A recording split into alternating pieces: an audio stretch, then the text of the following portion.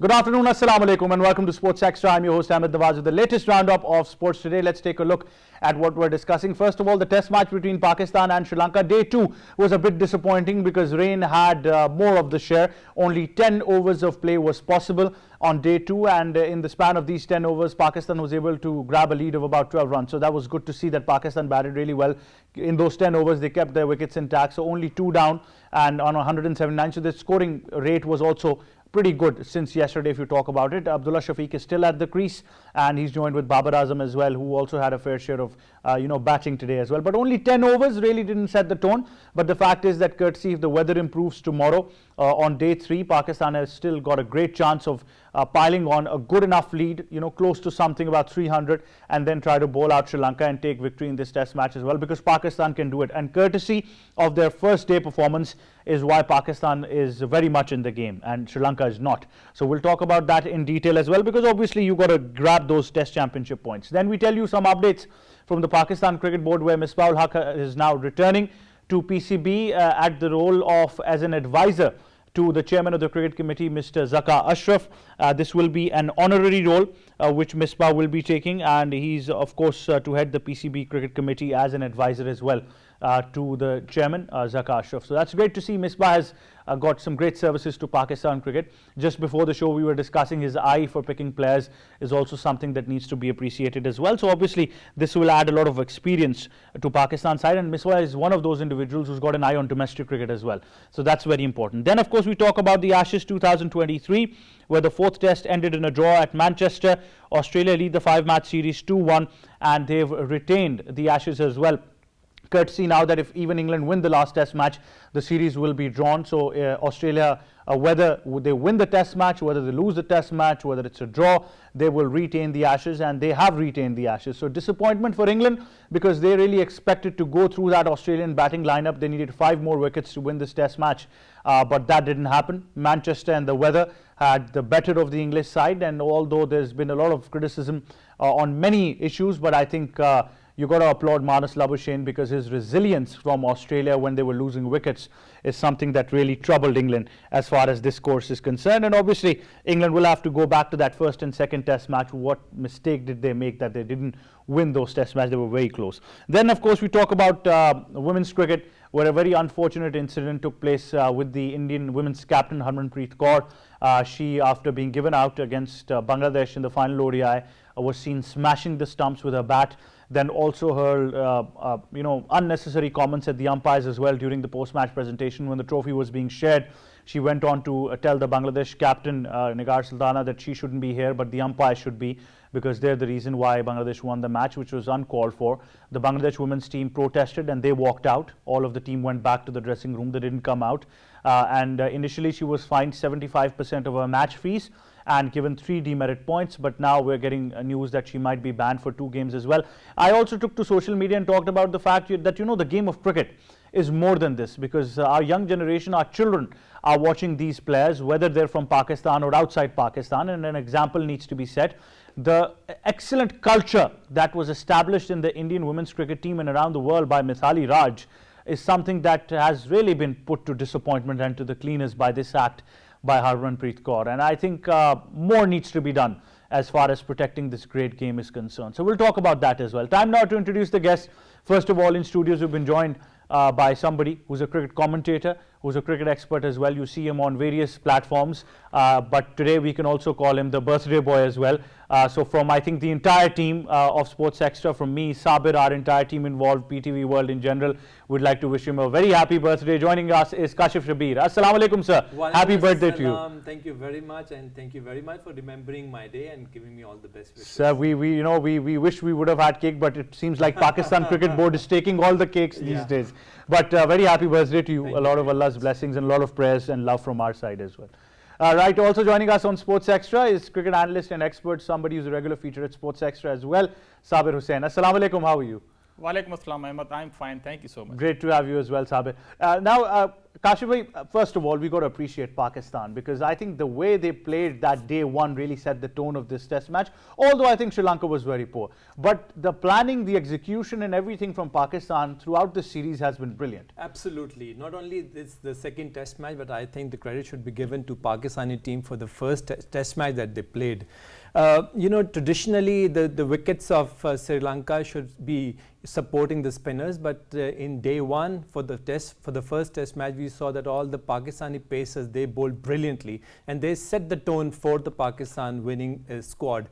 And I think the bowling of Naseem Shah and Shaheen Shah Afridi is the one that needs some praise for Pakistan, because that is where the tone was set for Pakistan for the first test match. And then the batting of Pakistan, especially the way the batters played, the run rate they maintained, I think that was the main reason why Pakistan won that test match. And the baseball, the shadow of baseball, the fame of baseball is coming to Pakistan cricket team as well. And I strongly believe that the baseball is just a mindset, and this mindset has to flow throughout the cricketing fraternity. Now we're calling it park ball now. So absolutely, it has to go to all teams, because this is how the cricket has evolved, and this is how the test cricket has evolved. It will pull the crowd towards the ground as well. So this is a very positive trend, and I'm very happy that Pakistan has taken the initiative and Pakistan has taken this very positively. All the players, they batted very well, and remember, we lost early 4 or 5 wickets, but still the run rate kept on moving, and this is why Pakistan won the test match. And now coming to the second test match, I think Pakistan has again started with a positive note. We all know that the Colombo wicket is a batting paradise. It is fit for batters, and a lot of runs were expected from this wicket, but still the pacers, they bowled brilliantly and they took the charge and took the wickets, and then followed by Abrar Ahmed. He bowled brilliantly, and I think we should praise the bowling of Nouman Ali in the second inning of the first test match as well, because he learned the art of bowling a bit fast, because in the first inning he was bowling at a pace of around 80 to 84 kilometers per hour, but in the second inning he accelerated his pace and he moved between 85 to 90, and that was the turning point, and that is where the batting of Sri Lanka crumbled, and that helped Pakistan to retain that test match. Absolutely. Sabir, this approach from Pakistan, this aggressive test cricket that we're seeing, is something that is very effective, especially in Sri Lanka. We saw in the second innings when Pakistan was chasing, their spinners dominated us and we lost 6 wickets while chasing that target down. But if you look at this test match, then our batters really took the attack to the Sri Lankan spinners. Absolutely, and this is basically brilliant batting. I would say for Shan Masood. Yesterday I was watching the show, and Ali Gohar was there, Rizwan was there as well. Ali Gohar rightly said, Shan Masood, he made a 50, but a quick 50 basically made Pakistan very successful, because you cannot, close the doors, shut down the doors against the left arm spinners, because we always struggle on the spinning tracks. We struggle against New Zealanders, we struggle in UAE as well, but in Sri Lanka we were basically used to be horrible, a team against Rangana Herat as well, Mutaya Muralidharan as well. So you cannot survive, blocking every ball. We used to have a couple of senior players a couple of series ago, but we always struggle on Sri Lankan tracks. But heads off to this new basically mindset, I would say, because Babar Azam, Imamul Haq, Shan Masood as well. Heads off to Shan Masood's 50 in the second test match, and also in the first test match, the way he basically made 39 runs. Sarfaraz Ahmed, Salman Ali Agha, and heads off to technique. Everybody is talking about the youngster Saud Shakil, his technique as well, his temperament basically, the way he batted along with Naseem Shah. Also, let's appreciate the batting of Naseem Shah as well. He is the one basically he contributed a lot in the previous series last year, along with Babar Azam. So these are the basically small things, and yes, the mindset basically is changed. Rather than making up 20 runs in 15 overs, just see off the new ball. No, now the techniques, the mindset is very different of this Pakistani team. And also I'm very quite happy to see that they are basically making the same team. They are not making so much changes. Everybody is in social media. Most of the senior journalists were, they wanted to drop Shan Masood. They wanted to drop Nouman Ali as well. Look at Nathan Lyon, Australia. Look at Ravindra Jadeja. They are basically playing 50 in 15, 20, 25 test matches consecutively. So these things must be happening in Pakistan. The Lions played 100. So that exactly that says a lot. But particularly on this perspective of Shan Masood, I am surprised, Kashif bhai, that certain quarters have been throwing criticism at him. Look, I don't mind a quick fire 50 from an individual, but when Pakistan has lost a wicket at number 3, because that really sets the tone for your batters to come and eliminates a lot of those runs in between as well. I don't understand why people are criticizing him. I think if the role was given to him, this was the right approach. No, but we have to see the track record of Shan Masood as well. If you compare the last 16 innings of Shan Masood, he hardly scored any runs. I think what I have glanced through those 16 innings, he scored he went to the double figures in only just 2 instances. So I think the criticism was absolutely right. But I think Shan Masood took the criticism very positively. He kept on moving in the right direction. But you know, there has to be some knowledge given to Shan Masood as well. I mean, some better instructions should be given to Shan Masood, because the way we have seen him playing in the T20s, in the ODIs and in the Test cricket, it has been the same routine, the same pattern. He seems to be in some sort of a hurry while playing his inning. I think he wanted to put that mark on the management, on the Pakistani squad, that he has the ability but maybe to that perform. role is from the management. Maybe that role is from the management. I don't think so. I don't think so, because the way Shan Masood played in county, the way Shan Masood was playing in PSL was a totally different inning as compared to the international squad in which he plays. If you go back to T20, where in Australia or in other countries, you would see that Shan Masood did not perform the way he could have performed, because we all know that he has the ability, he has the potential, but he is not performing up to the mark. So the pressure has to be asserted on these kind of players, because you know, we've got some potential players available on the bench, so you need to give them the opportunity as well. So I think for if you ask me, I think the best way of improving Shan Masood's ability is to come back to the domestic circuit, play good cricket there, perform, and then, you know, come back to the international squad. The way Saud Shakeel has played, you have given ample opportunity to Saud Shakeel to perform in the domestic cricket. He has performed, and now he has put his mark in the international cricket as well. So I think same pattern should be followed for Shan Masood, not only for Shan Masood, but for all the cricketers. But I think you should give credit to the critics, because they are the ones who had created this pressure on Shan Masood, and heads off to Shan Masood for taking those pressures positively and performing. But I hope this positive trend continues for Shan Masood. It is positive indeed, and we like the fact that Pakistan is now taking the attack to the opposition. But then again, it becomes very important to have consistency as well, because Sabir, in the near future, different teams will look at you and they will come up with a strategy of this aggression as well. That's why it's very important to evolve with every game, particularly in every series and every condition as well at the same time. Rightly said. I mean, you know, we have seen a couple of players who have better technique. They can survive in every condition. I still remember Shan Masood's innings in South Africa 2016-17 tour, and Pakistan basically toured South Africa under the coach was Mickey Arthur as well. So I mean, he has a better technique. Everybody was praising his techniques. This is the guy basically who's surviving in T20s, in ODIs, and also in Test matches as well. I think they have a mindset. They have a kind of clear plan to attack against the spinners, because the history suggests we always struggle against the spinners in Sri Lankan pitches. Might be he will be very useful in Australian pitches, in South Africa's pitches as well.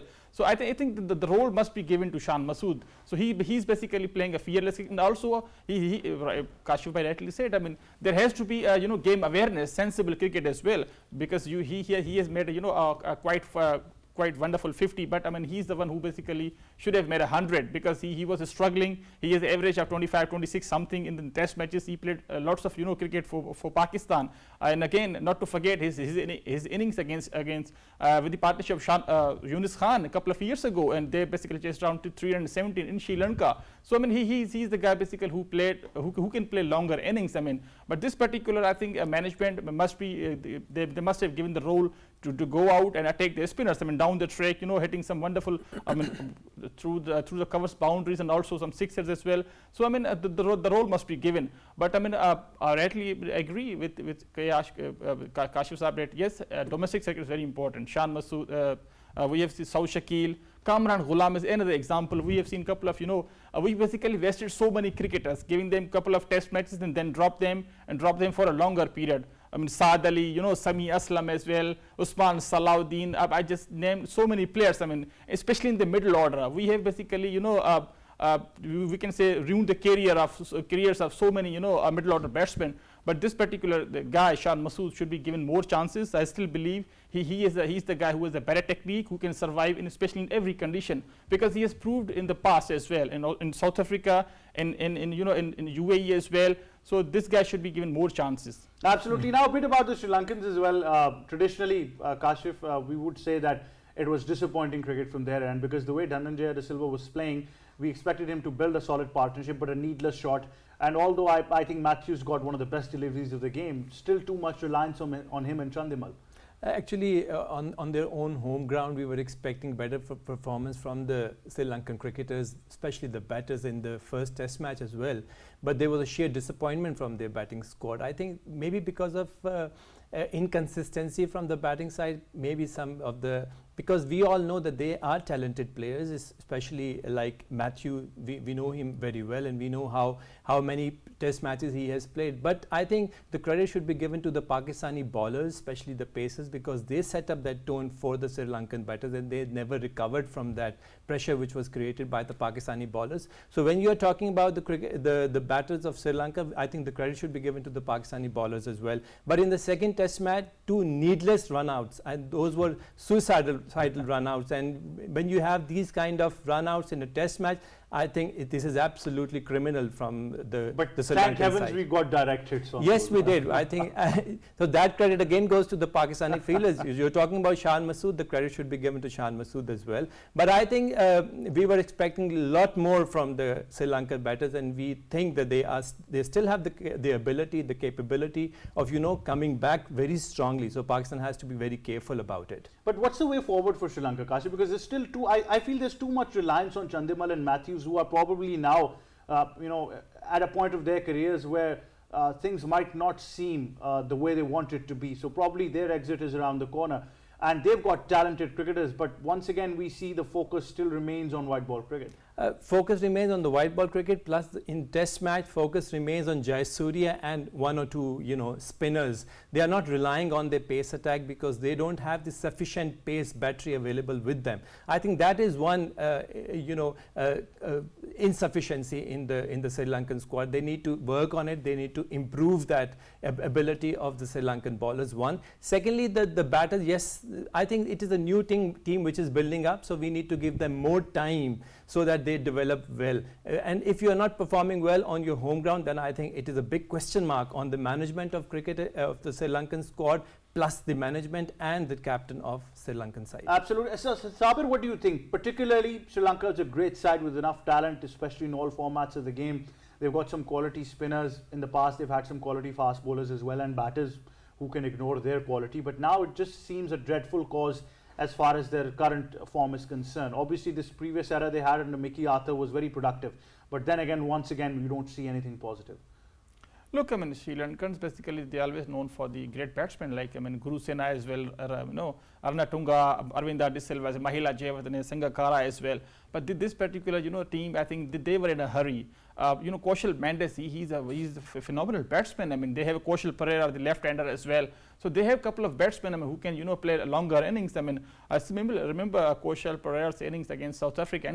That they chased down 350 or something in the last wicket as well. So they had a couple of good batsmen. They had some injuries issues. I think fitness issues were very concerned for Sri Lankan team. I think for a couple of years. Chamira is a wonderful fast bowler for the right arm fast bowler for Sri Lanka, and he could be very lethal, especially on Sri Lankan pitches and Pakistani pitches. In Asian pitches as well. So, but he's an injury pro kind of a player. But they basically tried another youngster like Ashita Fernando. He's a basic good guy, but they need to find some good fast bowlers. Kaushal Mendes, yes, he's a good batsman, but Nissanka as well. He made a couple of good innings against Ireland, in the previous series, played in Sri Lanka. So, Chandimal and Matthews, I think you are right, you rightly said, they are basically at the end of the career, maybe a couple of series more, but they need to find out some real talent, who basically, played a longer format really well. They are focusing on white ball cricket, but the senior players must step up. I still remember Matthews' innings against Pakistan and UAE as well. So he's the guy along with Chandimal as well. They used to have Dilshan in the top order, but they have been struggling really badly. So I mean, they need to look up very quickly because they have now a new coach, Mickey Arthur is gone. But I mean, they need to focus, especially they focus on domestic circuit. I mean, Well, they are one of those teams, Sabir, which we would say could be potentials in the World Cup because of the conditions that they're going to be playing in. So obviously, I agree that something needs to be done and that interest needs to be developed as well as far as the longer format of the game is concerned. But obviously, day 2 washed out, 10 overs of play only. Pakistan are in a lead tomorrow when day 3 resumes. We hope that the weather is brilliant for complete overs. So Pakistan can definitely put themselves in a good position, but it's not just that, they really need to bat still well. They're 2 wickets down, they still have 8 wickets in hand. They need to make up the most of it and make sure they get a lead of about 300-350 runs, so that probably pressure can be put on Sri Lanka and the test match is over. Now we of course move on to big news from PCB that came in, where Misbah-ul Haq has been appointed as the advisor to Zaka Ashraf, and he would be returning to PCB at the helm of affairs. Obviously, important development as far as the Pakistan Cricket Board is concerned, but Kashif, it really needs to be put into perspective. Misbah has a lot of services to Pakistan cricket, has got a keen eye for players, and whatever role is being given to him obviously comes with a lot of responsibility. I wish all the best to Misbah-ul Haq, and I wish all the best to the PCB management. I hope it goes well for the Pakistani cricket. Remember, in the past, Misbah-ul Haq had been given this opportunity, or had been given this position of as a selector and the coach, and he has done well for Pakistan. He is the one who brought in new talents.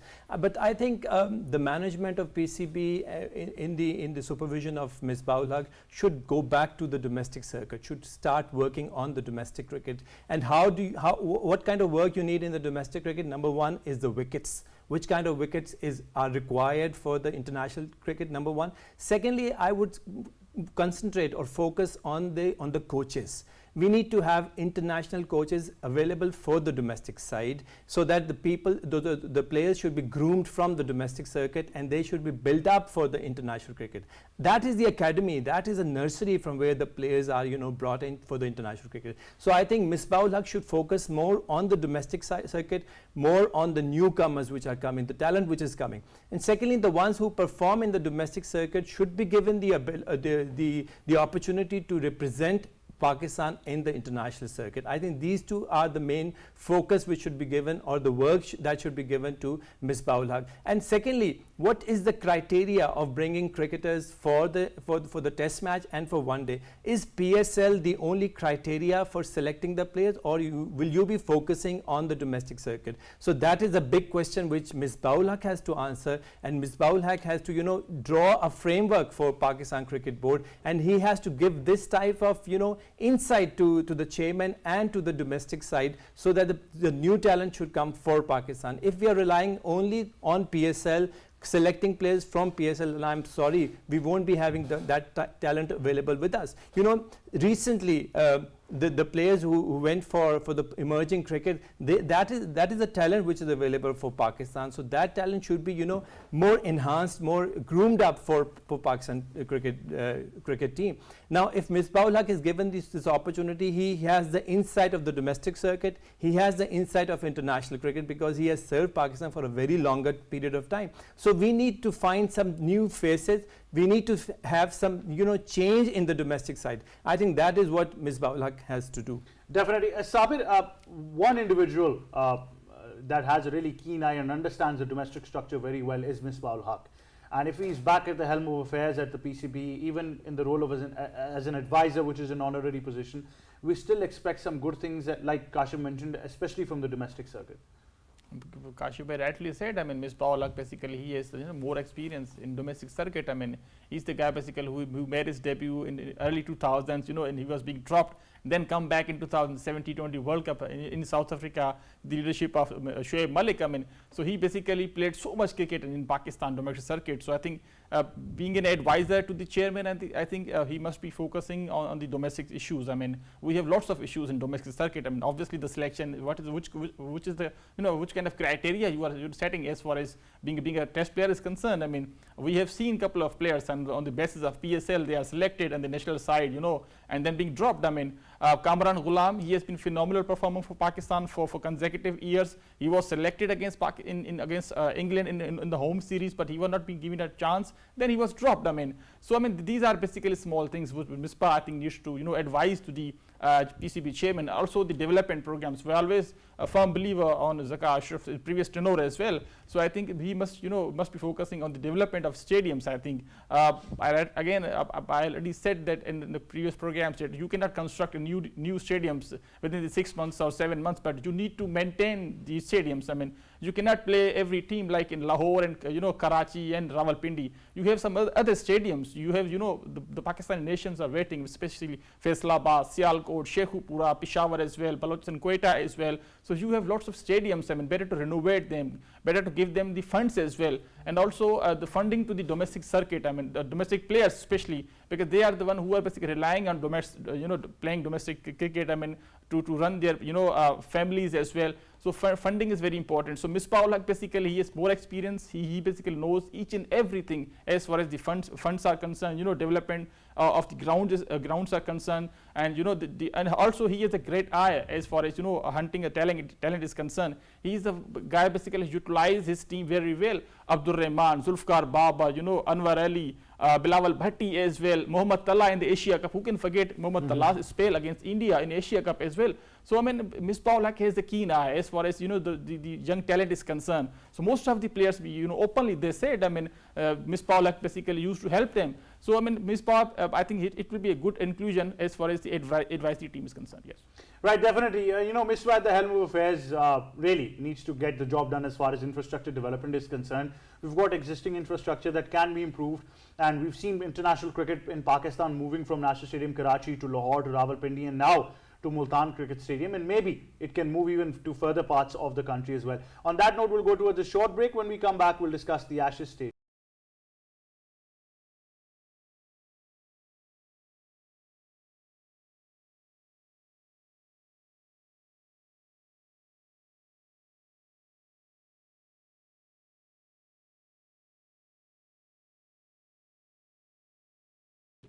Welcome back to Sports Extra with me, Ahmed Nawaz. Time now to discuss the Ashes in detail.